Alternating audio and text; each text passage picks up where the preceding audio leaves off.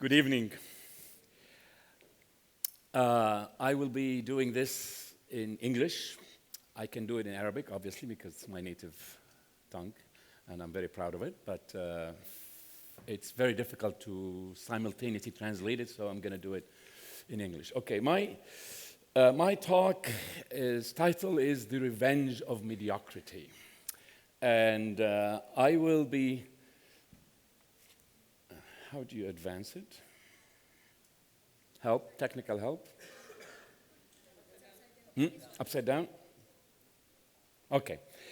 The Revenge of Mediocrity. And obviously, my favorite quote, which Walid has just mentioned, great ideas always encounter violent opposition from mediocre minds. Mediocrity is the one thing that I'm not going to be talking about, actually.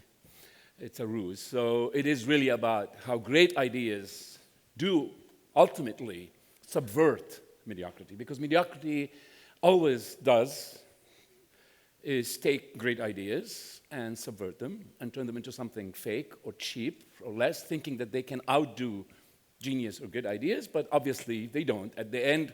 But great ideas, I'm going to talk on a higher level, in a very broad sense, and I'm going to do it really fast because there are so many visuals, but I'm actually not going to go through the details of the visuals or the slides, but actually the great ideas beneath them.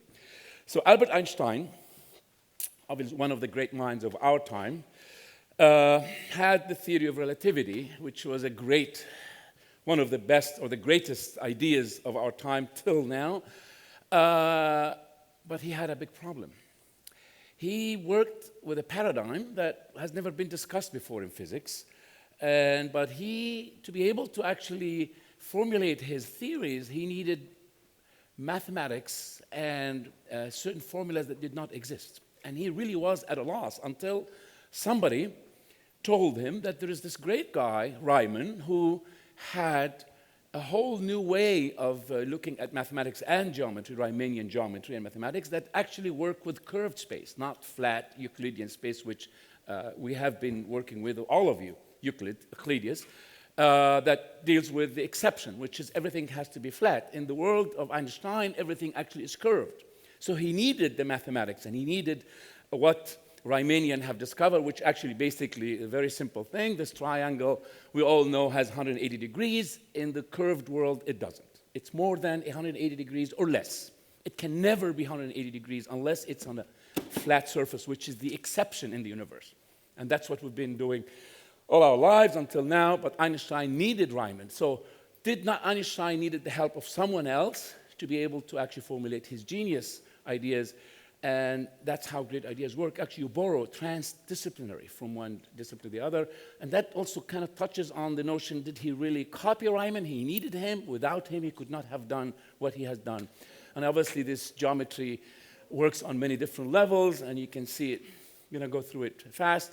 And later on, only recently, we have been able to actually take Riemann's ideas, which are actually late 19th century, and actually formulate them into actual fourth and fifth and 11th dimensions in the computer. He had them all in his head. We can only now see them and discover them.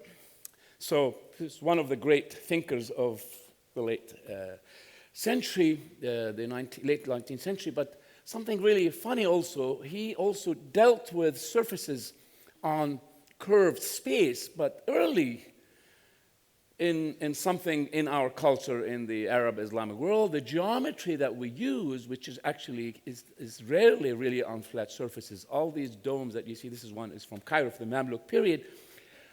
How did they do those geometries on a surface that actually starts with a drum, and then part of a dome, and then a cone? So did they know the principles of Riemannian geometry on curved surfaces, or they did it intuitively, but it's very precise.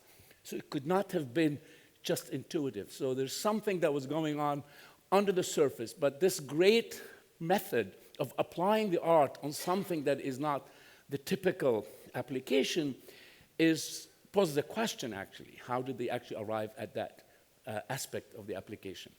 You have Nigel Calder, who is actually an important physicist in the United States, who is actually linking those architectural / Arab Islamic geometries to the philosophies and physics, and he connected them to the ilm al-kalam, which is the philosophy in the Arab-Islamic discourse, and how in the Kalam school, the Islamic scholastic theology actually did touch upon very advanced principles in physics that we only now, during the 20th century, begun to explore.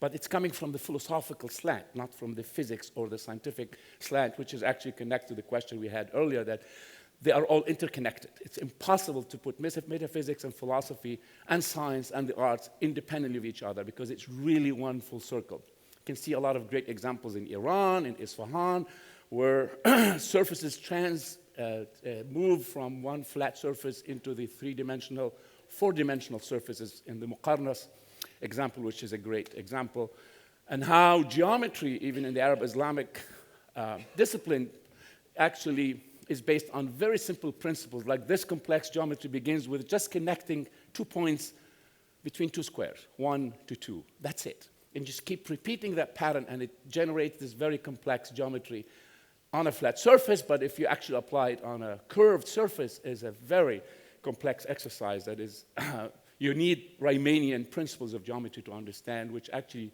they do exist in nature. This is actually an image of soap bubbles and the surface tension, if any of you know physics. So those great ideas, with those great minds, obviously a mediocre mind would come in and find one of those principles and try to copy it, and it's never the same, obviously, and it becomes a fake, it loses the essence of that great idea. But the great ideas, are they coming from vacuum? Or they're actually coming from the evolution of an idea, built on another idea, built on another idea. And one would say, for instance, if we go to Einstein, did he really come up with his theories from nowhere? Obviously, he needed Riemann to explain it. But where did his ideas come from?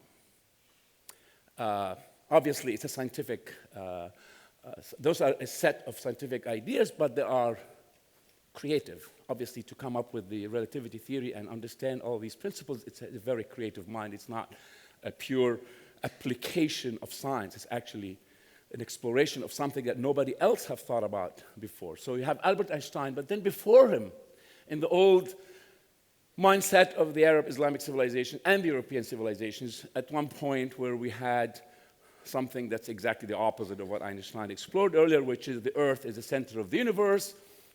Obviously, and they were looking in all the sacred texts to actually justify it and prove it, which was completely wrong. That shows also the danger of taking a scientific idea and try to give it sacredness to go into a sacred text, and the sacred text is actually supposed to be, for all times, so you cannot actually compare it to science. It's the other way around.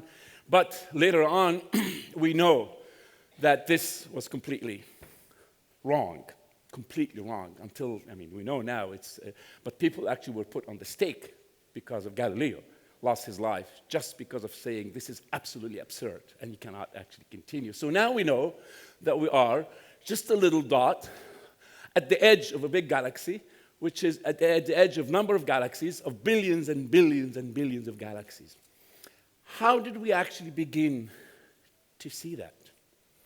Where did that come from? That we can witness those, not only galaxies, actually universes in the making, in the becoming. And that first image that I had, the very first image, so I'll come back to, was a conundrum, actually. Actually, NASA calls it the hands of God, the fingers of God, obviously symbolically. And because we don't know if this image, which I think is coming,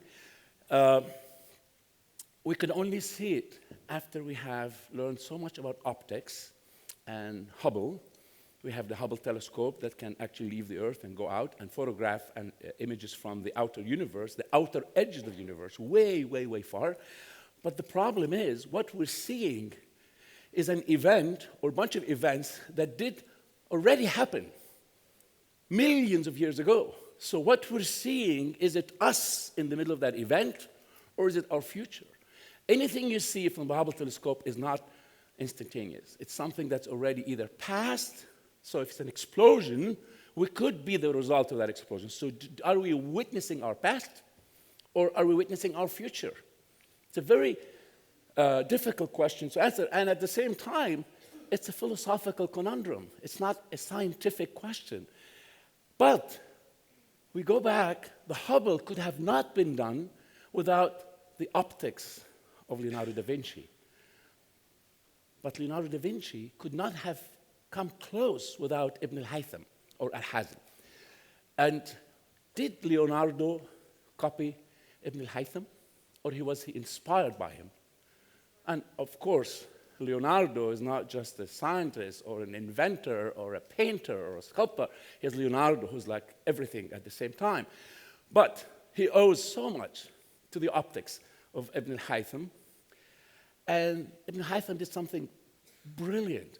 All he could find out is this very simple geometric principle. Obviously, optics and the image is inverted, upside down. You know, ABC is the reverse, and through the pinhole.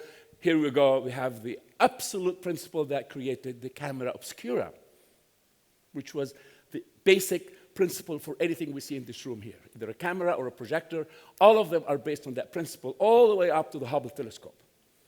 How would you see an image? And he actually found out this very interesting principle that all images have to be inverted through that little hole.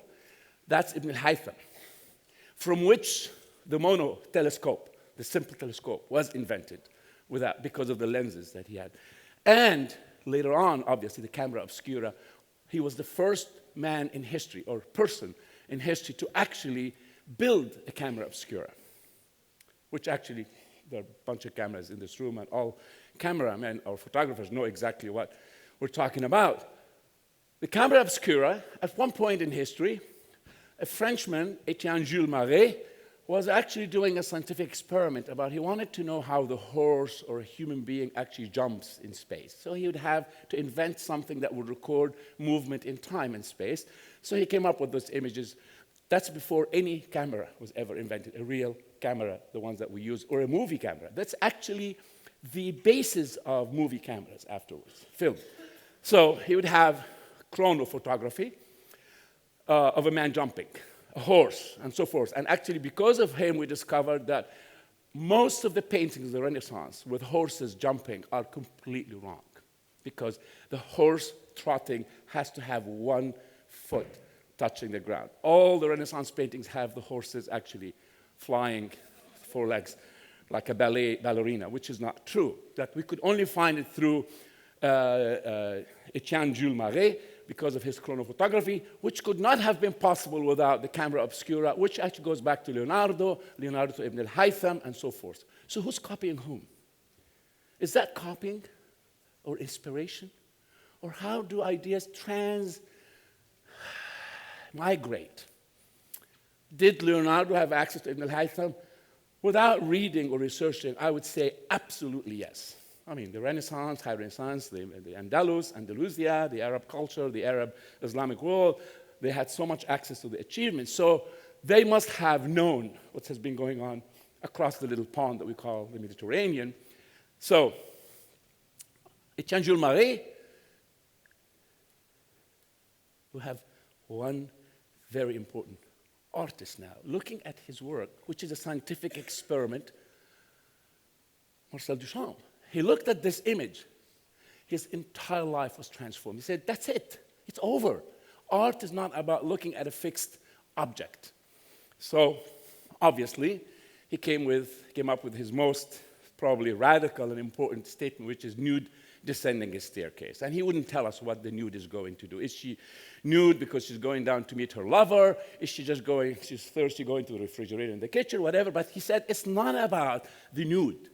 It's about her state of mind, her state of becoming. She's descending. He used a very sacred object in Western art. The nude, obviously, is a very important. Every Western artist or any artist have to draw the nude, the female body. But he subverted that. He did not get this idea from another artist. He looked at a scientific experiment. He said, this is it. It's over. He really literally said, this is it. It's changed everything about his way of looking at the art, and obviously about the nude and the movement in time and space. and so forth. And most artists in this room would know exactly the value of Duchamp in the history of Western or even the history of art, period. That's this. One of my favorite, obviously, that's the paintings that he started the way. And then after that, he said, this is it, I'll play chess, I'm done. I don't need to paint anymore. This is it, I'm done. Literally, he just played chess for the rest of his life.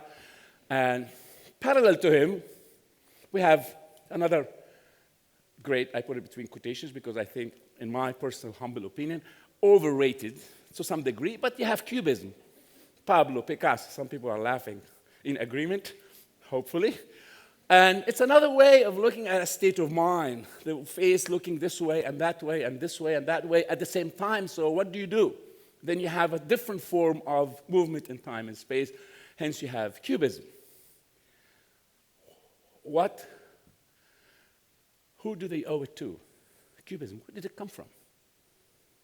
Can we bring it back to the moment of Jules Marais or something else before?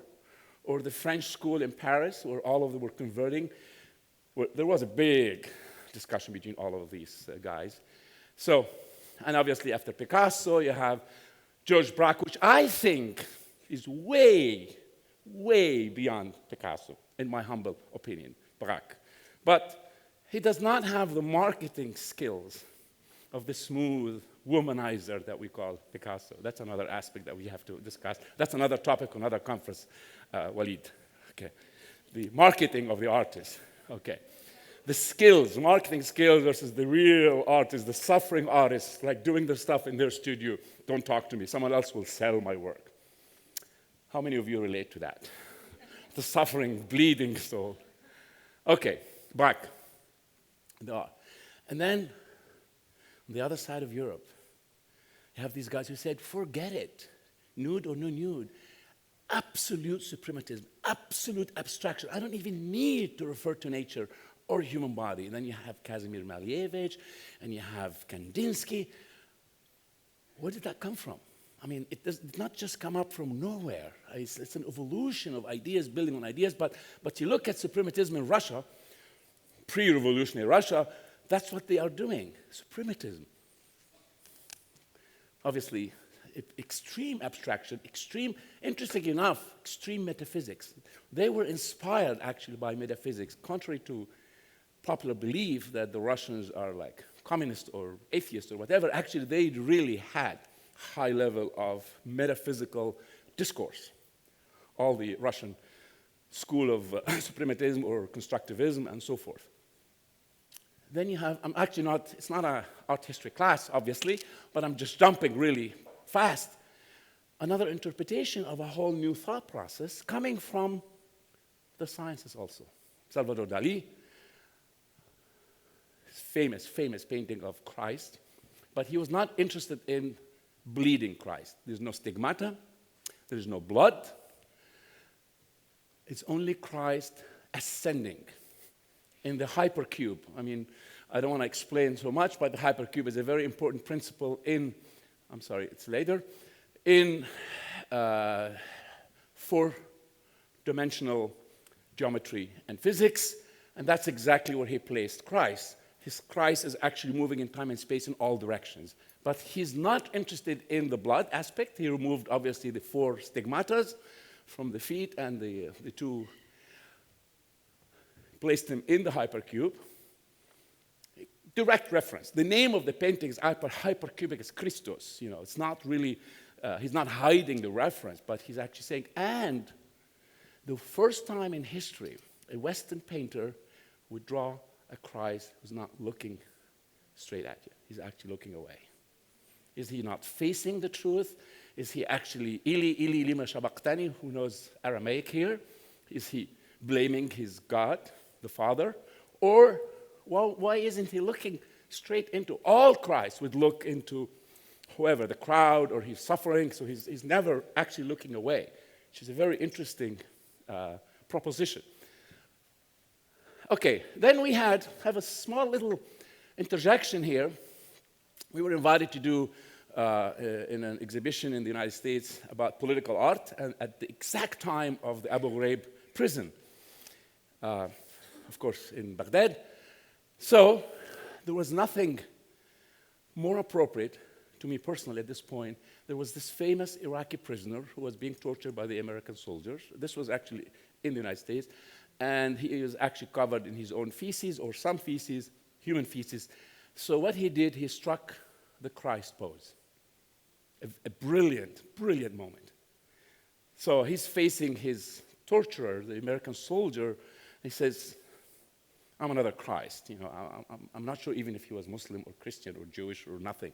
But at this point, did we steal Salvador Dali's image, or it was absolutely critical to make this statement because the Christ pose was the most critical part, and facing the Iraqi prisoner, facing the most important figure in the history of Western civilization, figure in the sense of like a metaphysical figure, but he's not facing. So now he is accusing the Western civilization, so the entire body is looking away.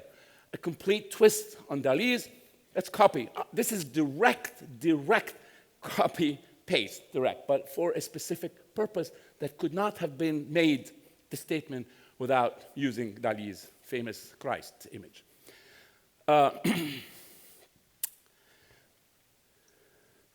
Another great idea in the art, someone like M.C. Escher, who's actually completely interested in something very non-conventional, who's like creating impossible worlds, realities that could not be built in the physical world, impossible. Escher, if you're familiar with his work, he started to stumble upon something that a physical object that has to have X, Y, Z, all the points connected correctly, and he would actually do something crazy by connecting the wrong point. It's just one simple principle, connecting the wrong point, and then you don't know if the water is going up or down. Some people would say, oh, he's an illustrator. I don't care. It's the idea behind what he stumbled upon. Nobody ever before actually was close enough to that interesting proposition in the art. So obviously, the perspective is completely wrong. You cannot build this in the physical world. You cannot. Actually, there is one attempt that was built in the physical world, but you have to actually put it at a certain angle to look at it from a certain perspective to have that visual perception, which is deceptive, but physically it's impossible. Obviously, the Mobius is another principle that he worked with. And after that, the Mobius strip, which is a ribbon that's actually doing one twist and you connect it, then the outside and the inside are completely confused. There is no inside, there's no outside. You can move, I don't have a pointer, you can move here, you keep going. If you keep going, you find yourself on the other side of the piece of the paper without jumping the edge. What the hell is going on? How would you actually be here and just keep going in a straight line and find yourself there? Just a piece of paper, you twist it, connect it. A very simple geometry, but there is no mathematical equation for the Mobius strip. It defies the physics, of real physics. So it's very bizarre principle, but you can actually build the Mobius. I mean, if I have a ribbon here, I forgot it, you twist it, you have a Mobius. You have an ant walking on one edge, she appears on the other side, or a person, or whatever. And that's the Klein bottle, which is another principle based on the Mobius, but actually in volumetric. So if you're inside, if you walk through the hole inside, you find yourself on the outside of that volume without actually rupturing the edge. That's an idea that is applicable to philosophy, applicable to the art, applicable to science. Simultaneously, it proposes simultaneous scientific, geometric, mathematical, philosophical questions. That's probably segueing to the discussion we had earlier. That's why now why I was overly passionate about having to say something. That's the Klein bottle in glass. So you can really see how it is moving. Simple, but great shift in the thought process.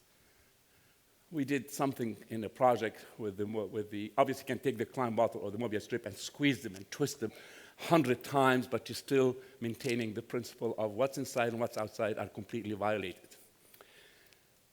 Beethoven, music.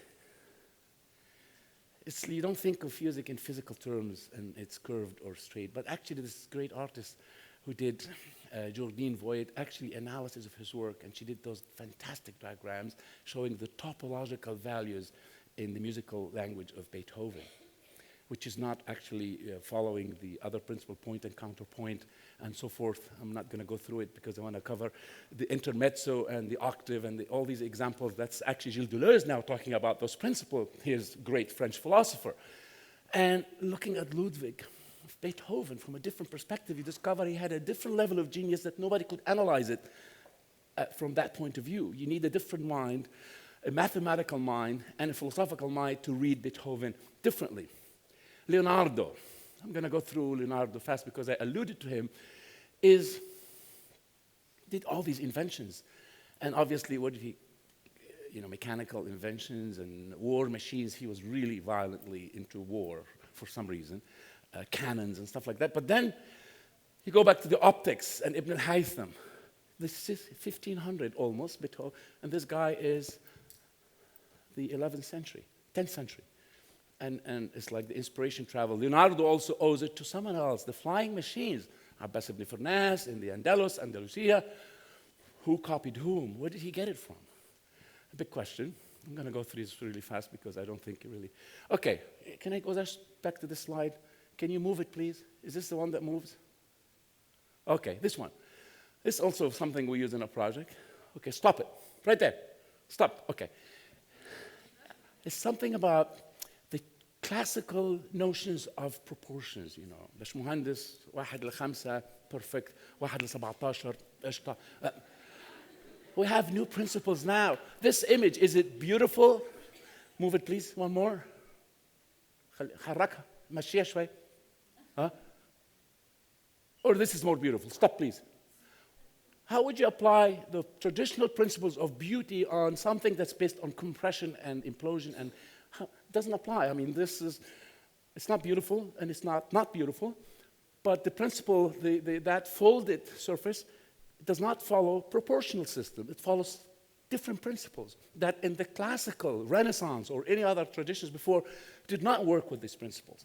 How would we actually engage architects, artists, and so forth on that level? I mean, I challenge my students all the time about that. Okay, don't tell me the golden means. I do not want to see one project based on the golden means ever again, because it's such a cliche. Tell me about something else. Working. Okay, done with the movie. Okay. And then you have now principles like, is it topological or tectonic? Completely different discussion from proportional systems and so forth, which is, I'm not saying has no value, but we can move beyond the classical, fixed, rigid values of the great times. Classical in the great sense of Europe, the Middle East, the Arab world, China, and all of that. That's another example. I'm going to move through it fast. This is another. Can you press on this really quickly? This is also similar to the tectonics of that folded plates, but it moves differently. It inflates and deflates. How would you say which position in that trace is more beautiful? I actually forbid my students from using the word beautiful. They're not allowed in the studio to say, this is beautiful, this is ugly, because those are values that are actually subjective based on principles that are completely different sets of rules. Again, you can take that topological surfaces to a great degree of complexities, and we can trace the line and space that can actually create those topological surfaces. But they're always, like this is based on that simple line, but it's actually a topological surface that folded in a certain way in time and space that would create this complex set of forms. Okay, move. Okay, back to Einstein. All right, this is a little experiment we're doing before I leave you, because wait time, is we're creating a movie actually in my studio that's happening simultaneously in the 13th century and the 31st century. So the challenge was, how would we create spaces in time in the 31st century that you should not have any connected image or what's the word I'm looking for? It's in Arabic in my head. Familiarity, totally. So this is the the world that we're creating for this chaosnosis, this is the 31st century part. These are a whole bunch of sketches and drawings, but they're all based on this world that exists, sort of. So the challenge was spaceships like Star Wars with octagonal doors cannot apply. They're biomorphic surfaces that actually have different materialities than the steel and aluminum. So how would we actually do that? It's like, this scale is like entire civilizations are emerging out of something. It's regardless, I'm not explaining that, but I'm just trying to see a challenge that we're working with now is like, where would you actually appropriate something, or actually the opposite? Move away from something that science fiction, then, you know, beam me up, Scotty, and all of that. It's complete vocabulary that actually we should try to move away from. Okay, so back to Albert Einstein and his famous quote, great ideas. So actually it was really about this phenomena within the notion of great ideas and where they come from and where the notion of, instead of the revenge of mediocrity, really is the triumph of genius, because whenever mediocrity tried to take something and copy it, they shift the discussion to something completely different, like Riemann coming up with geometry. You cannot apply the geometry of this one. It's something else. The Mobius strip, what's inside, what's outside. Mediocrity is at a loss. They don't know what to do with you until they find a way to copy it and subvert you, and then great minds would actually shift the discussion to a different. Thank you. Thank you for the extra time. I had to. Okay. Walid. Oh, there's another revenge I have to talk to you about, but just let's do the revenge. Okay, we have another revenge. Yes. One revenge. Who was here the first day? Everybody? Okay. Okay, can you run the slides after, please? Let's do the revenge and get it over with, and if there's a question, I don't care really. I think the revenge is more important. The second part of the slides, please. We have a serious issue here. Really. At the end of this one, there was a set of slides. Joaquin? Oh, yeah, all of these, but go. After the last slide of the thank you, go up. Walid, are you ready? Yep. No, after the thank you, go up a little bit. These are really fast. Oh, right here. Start with this one. This one. The black one, the red one, and then. Okay, the red one are just. All right. Okay. Revenge of Adam. Yeah.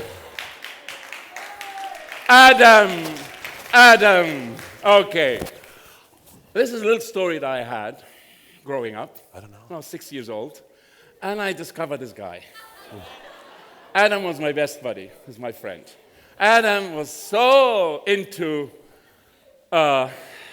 space, exploration, rockets, and of course, boys' toys, you know. Airplane. And then Adam had another friend. Used to appear to him, he always comes from the ceiling. He comes up. Adam always have those friends coming with toys, rockets. Obvious boys toys, not girl toys, of course not. Adam. And then his friend would come with rockets. He always hang from the ceiling, this friend, but he has great toys for Adam.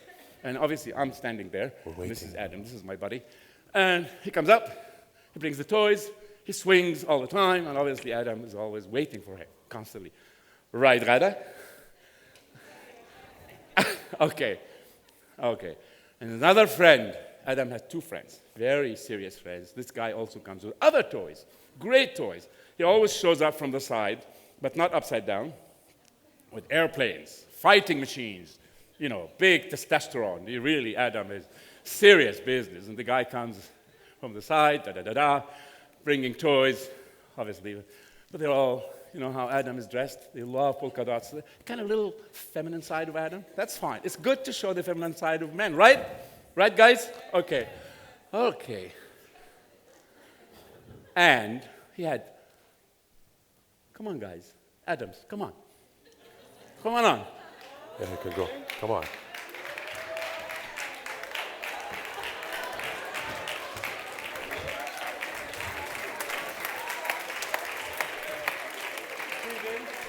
All the Adams are here.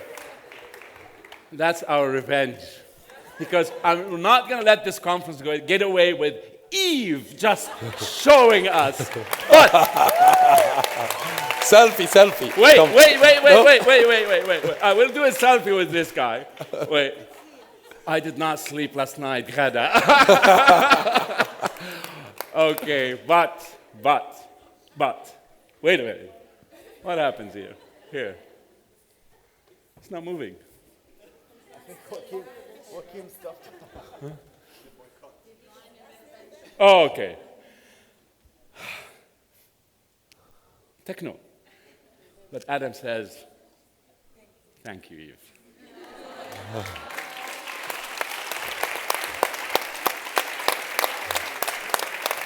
Cast of characters. Adam 1, Adam 2, Adam 3, Adam 4, Adam 5, Adam 6. 7. Okay.